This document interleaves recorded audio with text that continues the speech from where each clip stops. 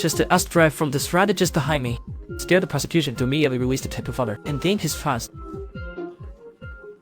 This morning, public discussion about him is increasing. However, few know the planner, Taigo. First thing the chairman did after coming out was to meet the traitor, Old Pooh. Seeing this, he immediately knelt down and begged for mercy. However, he kindly asked his old friend to stand up and kindly reminded him, if others saw, they might think he's going to kill someone. As for Jeff, who was in charge of his days, the prosecutor was treated as a pawn. He was transferred to a remote southern area under the guise of promotion. Immediately, an appointment caused an uproar within the company. Taigo, as the general manager of the new department, illegitimate son Renha became the deputy manager, but the professor who promoted Taigo felt dissatisfied. After all, he was assisting the second son. From now on, their future depends on others' expression. Taigo thought it depended on the professor himself, whether to continue in the original position or have other plans to leave the enemy beside oneself. I never regarded you as an enemy.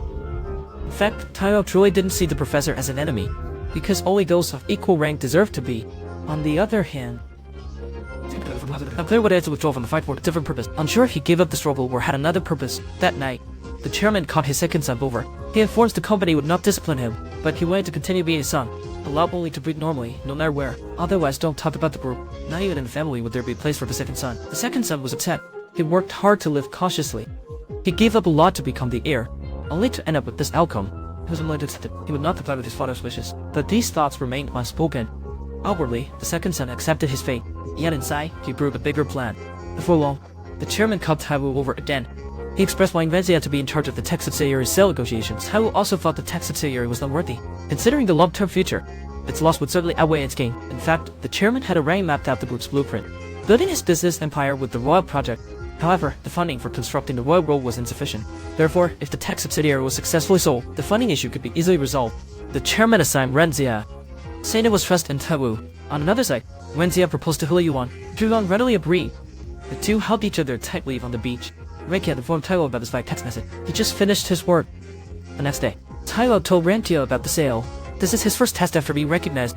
Everyone expects him to fail.